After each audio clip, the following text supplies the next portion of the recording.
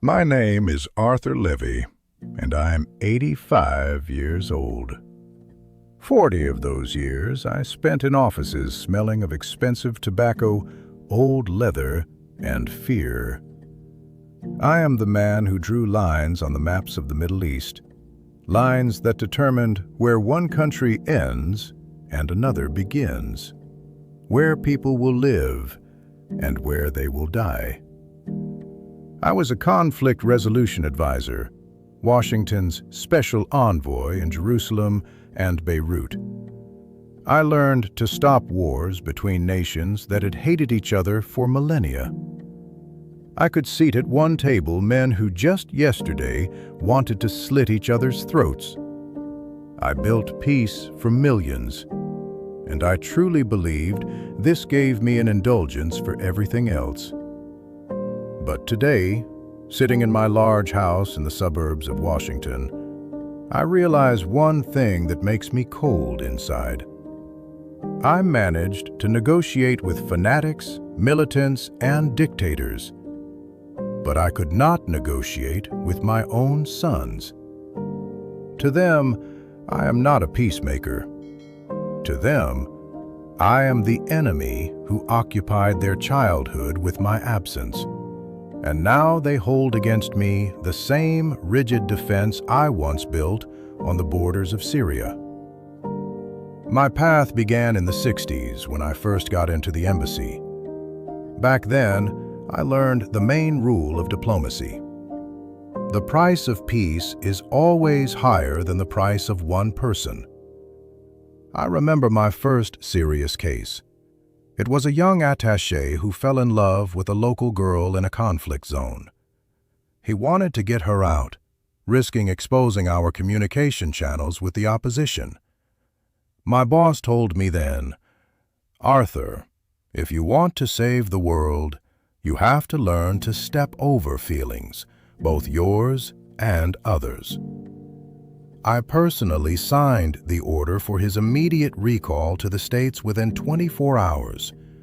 He begged me, stood in my office, clenching his teeth so hard you could hear his jaw crack. "You are not killing me, you are killing her," he said then. I didn't even look up from the documents. The peace treaty we were working on cost thousands of lives, and one girl was just a statistical error. I chose the mission. It became my foundation. I convinced myself that great deeds require great indifference to small things. Little did I know then that the small things would later become my children's birthdays, my older son Eric's first steps, and my wife Helen's illness. I thought I was building the architecture of global security, but in reality, I was just learning to be a professional stranger in my own family. In the 80s, Beirut resembled a broken mirror. In every shard, you could see someone's distorted face. I was working then with a young diplomat named Mark. He was my protege, a talented guy from Boston who believed that every human life is a sanctuary. We were preparing an incredibly complex operation to evacuate 300 civilians from an area that was to be blocked off in 2 days. Mark hadn't slept for a week, securing corridors from field commanders. And suddenly he got a call from home. His father had died, and his mother was hospitalized with a heart attack. He came into my office, soaked in sweat from the heat, holding a ticket. "Arthur, I have to fly. It's only 2 days. I'll make it to the funeral and be back for the final stage," he said. I looked at the map where the evacuation zones were marked with a blue marker. "Mark, if you leave now, those 300 people will stay there forever. Your father is already dead. You can't help him. But these people need you alive and here. Choose one dead relative or 300 living children," I replied. He stayed. He conducted the evacuation brilliantly. We saved those people, received awards from the State Department, and we were quoted in all the newspapers. But a month later, Mark quit. His mother never forgave him for not coming to say goodbye to the man she had lived with for 40 years. She died in loneliness 6 months later, and Mark started drinking and ended his career in some dusty archive. At the time, I considered him weak. I thought, how can you compare a private drama with the fate of an entire city? I was convinced that professionalism is the ability to cut off everything human for the sake of the result.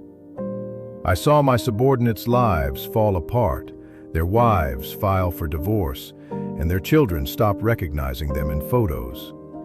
I called these inevitable casualties on the path to a greater goal. But now I want to ask you, those listening to my confession, we often say we do something for a higher purpose, or for our children's future, working 14 hours a day and missing them growing up. Do you think there are any achievements, titles, or saved lives of strangers in the world that can justify becoming a stranger to your own child? Write in the comments where you draw the line between duty to the world and duty to your family. It is truly important for me to know if you still believe in what I once blindly believed. Back then, in 1982, I thought I was the smartest of all. I built a wall between work and home, believing that everything at home could wait. Helen, my wife, was a saint. She raised Eric and Thomas alone while I flew between Washington and Tel Aviv. I sent expensive gifts, paid for the best private schools, but I was never there when they had scraped knees or their first disappointments. I drew red lines on the maps of the Middle East, explaining to presidents which borders could not be crossed without starting a disaster. But I didn't notice how the same red line began to run right through my living room, separating my desk from their childhood beds. I was sure I was the master of the situation. I thought that one day, when the world is saved, I would just come back and we would live like a normal family. I was wrong. My plan for a perfect ending crumbled to dust in the fall of 1983. I was in a Lebanese hotel where the glass in the windows trembled from every distant cannonade. On the table lay a map of Beirut, slashed with my marks. We were extracting the last group of civilians, and I knew, if I left now, the agreements with the local factions would burn faster than a match. At that moment, the secure phone rang. I thought it was the State Department, but it was Helen. Her voice was thin, like a taut string. "Arthur, Helen is on the line. The doctors say it's a relapse. She is in intensive care. Her condition is critical. The boys are scared. They are asking where their father is. You need to be here tomorrow morning, or you might not make it." I froze. In one hand I held the receiver, in the other, the red marker I had just used to draw a safe corridor for buses with refugees. Before my eyes stood 300 people waiting for my word to survive. And thousands of miles away, the woman who had waited 40 years for me to just come home on time was dying. I stayed. I told myself the doctors would do their job better than I could, and without my signature, a massacre would start in Beirut. I arrived only 4 days later. When I walked into the hospital room, Helen was conscious, but her eyes were already looking right through me. Eric and Thomas were sitting nearby. The older one was 12, the younger one was 8. They looked up, and I will never forget that look. It wasn't sadness. It was a cold, adult contempt. "You're late, Dad," Eric said quietly. His voice didn't tremble, and that was the most terrifying part. I started saying something about state secrets, about hundreds of saved lives, about my duty to the country, but he cut me off, standing up from his chair. "Your duty to the country is paperwork. Your duty to Mom is to be here when she's scared. You chose strangers whose names you don't even know. Don't talk to us about duty anymore." "You are just a coward hiding behind your work from your own family." Helen died 2 weeks later. I tried to be there, tried to organize the best funeral, to buy my sons anything they wanted. But the red line I drew on maps had finally run straight through my living room. I ended up on one side and my children on the other. We lived in the same house, but I became an occupier to them. Every time I tried to talk to them, all I heard was a brief, "We are not negotiating, Mr. Ambassador. We don't need your compromises." I lost my wife, and then, day by day, I watched my sons turn into copies of me. Successful, cold, and completely closed off to me. My global mission was accomplished, but in my own home, a war began that I could not win. I made my choice back then, in the 80s, and the payback didn't come instantly, but slowly, like rust eating through a steel cable. When my sons grew up, they didn't throw tantrums. They simply crossed me out of their lives with the same professional precision I had unknowingly taught them. Eric became a successful surgeon, Thomas a financier.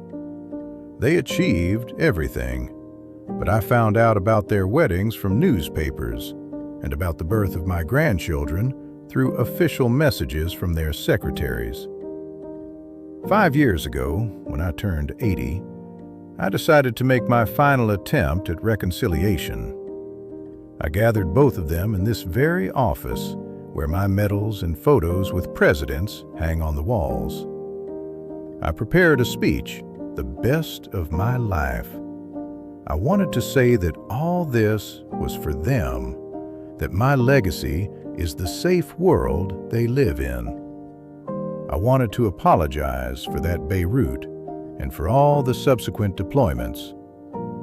Eric listened to me to the end without moving a single muscle on his face. Then he walked up to the map on the wall where my marks of those very red lines still remained. "You know, Dad," he said, looking me straight in the eye, "you always prided yourself on knowing how to separate enemies with walls. You succeeded. You built such a wall between us that no diplomat in the world could break through it. You saved millions of strangers, but you couldn't save 3 people in this room. We don't need your money or your apologies. We just needed a father, not Mr. Special Envoy. To us, you are a man who voluntarily chose to be absent. And now, we simply respect your choice." They left, leaving me in this silence that now weighs more than all my titles. I built peace in the Middle East, which crumbles again and again. But I left behind a wasteland in my own children, and no treaty can fix that anymore. I look at my awards and see in them only the price of my loneliness. Every one of my successes in the service was a brick in the wall that now forever separates me from the grandchildren I have never held in my arms. At the end of the road, I realized one bitter truth. The world would have somehow managed without my lines on the map. Someone else would have signed those papers. Someone else would have guided those buses. But no one else could be a father to my sons. No one could fill that position. And I simply walked away from it. My final question to you today is this: is your great mission worth having your children look at you as a stranger at the end of your life? Is your work just a convenient escape from your true responsibility to those who love you? Think about it while you still have time to return home. If this conversation struck a chord with you, please like this video and subscribe to the Old Notebook channel. Here, we don't teach you how to live. We simply remind you of the price we have to pay for our mistakes. Cherish your loved ones while they still want to hear you.